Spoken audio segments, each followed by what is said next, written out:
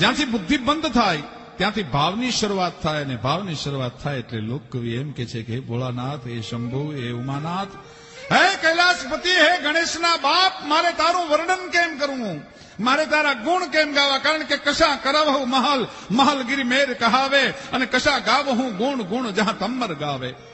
મેલા કી ધનમાલ જહાં શ્રી ચરણા નાગે, અને કશા પખાળહુ પાવ પવિત્ર નખ ગંગ હી લાગે. કી પુહુપ ચડાવવા સિર પરે, પારિજાત વ્રખતૌ ઘરે, રાજા ધીરાજ કી રીજવા કવિ શંકર સેવા કરે. હે દેવાધિદેવ, હે રાજાધિરાજ, તારા ગુણ કેમ ગાઉં બાપ, તારી સેવા કેમ કરું? કશા કરવહુ મહલ, મહલ ગિરી મેર કહાવે. કૈલાસ જેવો તારે મહેલ હોય, તારા માટે હું કેવડું વિશાળ મહેલ બનાવી શકું, તારું હું કેવડું વિશાળ મંદિર બનાવી શકું બાપ. અને કશા ગાવહું ગુણ, ગુણ જ્યાં તમ્મર ગાવે, અને જ્યાં ગંધર્વો તારા ગુણના ગાન કરતા હોય ત્યાં મારી જીભ કેમ હાલે?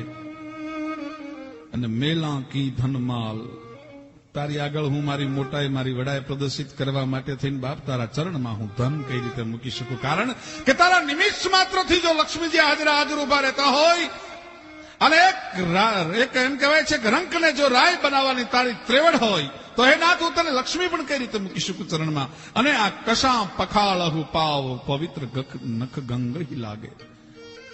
હે ભોળાનાથ, અમે જેનું વર્ણન કરતા થાકતા નથી એવી ભાગીરથી, એવી જાહ્નવી, એવી ગંગા જે તારા જટામાંથી વહેતી હોય. ગંગા માટે અમારો કવિ એમ લખે છે કે ગંગાનું ગુણગાન ગાતા કે કેટલી વિરાટ ગંગા. પાર્વતી, અને પાર્વતીનો પિતા હિમાલય, અને હિમાલયથી જે પવિત્ર ગંગા આપની જટામાં હમાણી છે અને નિત્ય આપના ચરણ પખાળે છે, એવી જ્યાં ગંગા હે શંભુ તારા ચરણ પખાળતી હોય તો કયા પાણીથી હું તારા પગ ધોઉં? કી પહોપ ચડાવા સિર પરે, પારિજાત વખતૌ ઘરે, રાજા ધીરાજ કી રીજવા કવિ શંકર સેવા કરે.